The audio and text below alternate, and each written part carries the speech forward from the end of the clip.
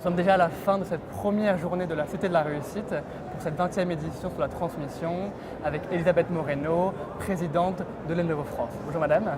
Bonsoir Louis. Bonsoir, oui. Que souhaitez-vous transmettre madame au public et aux étudiants en particulier ici à la Cité de la Réussite?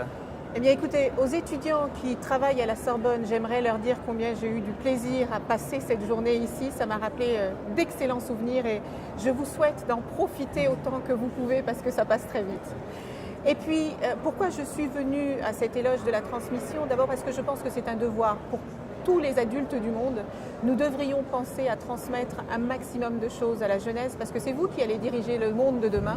Et si nous ne faisons pas de bonne transmission, nous n'aurons qu'à nous en prendre qu'à nous-mêmes. Et puis enfin, je viens d'assister à un débat que j'ai trouvé absolument fabuleux autour de l'intelligence artificielle, du big data. Le titre c'était « Est-ce que c'est une aliénation ou une libération ?»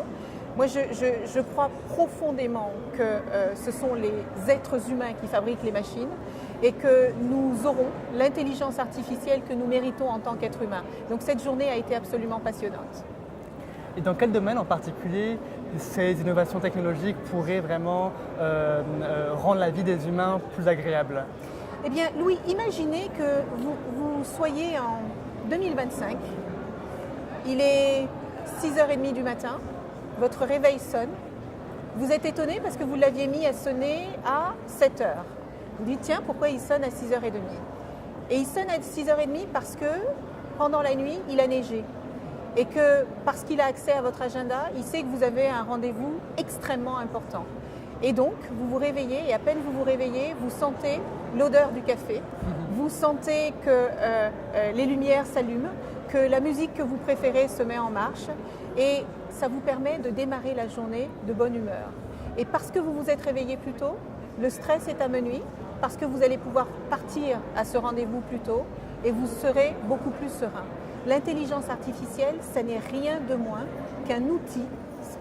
Finalement, la technologie, c'est un outil qui va vous permettre de vivre mieux, de vivre en communiquant différemment, de vivre en vous informant différemment et qui va vous permettre, parce qu'il y a des outils qui vont faire tout ce que vous n'aimez pas faire, qui vont vous permettre d'explorer votre plein potentiel.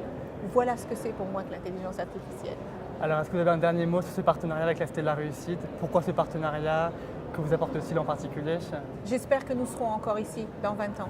Parce qu'encore une fois, ces débats de société sont fondamentaux. On vit dans une société qui est extrêmement accélérée. On ne prend plus le temps de rien.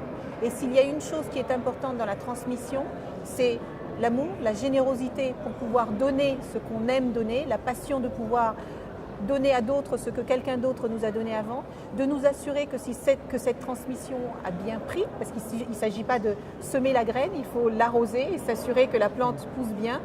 Et puis, comme je vous le disais tout à l'heure, d'abord, je suis chef d'entreprise et dans les entreprises, vous transmettez en permanence, que ce soit les compétences, que ce soit les connaissances, que ce soit le savoir-faire, mais c'est aussi la relation humaine que vous transmettez. La machine ne doit pas remplacer l'homme. Et vous devez être en mesure de pouvoir vivre avec les machines pour ce qu'elles vous apportent, mais l'effacer dès qu'il s'agit de relations humaines.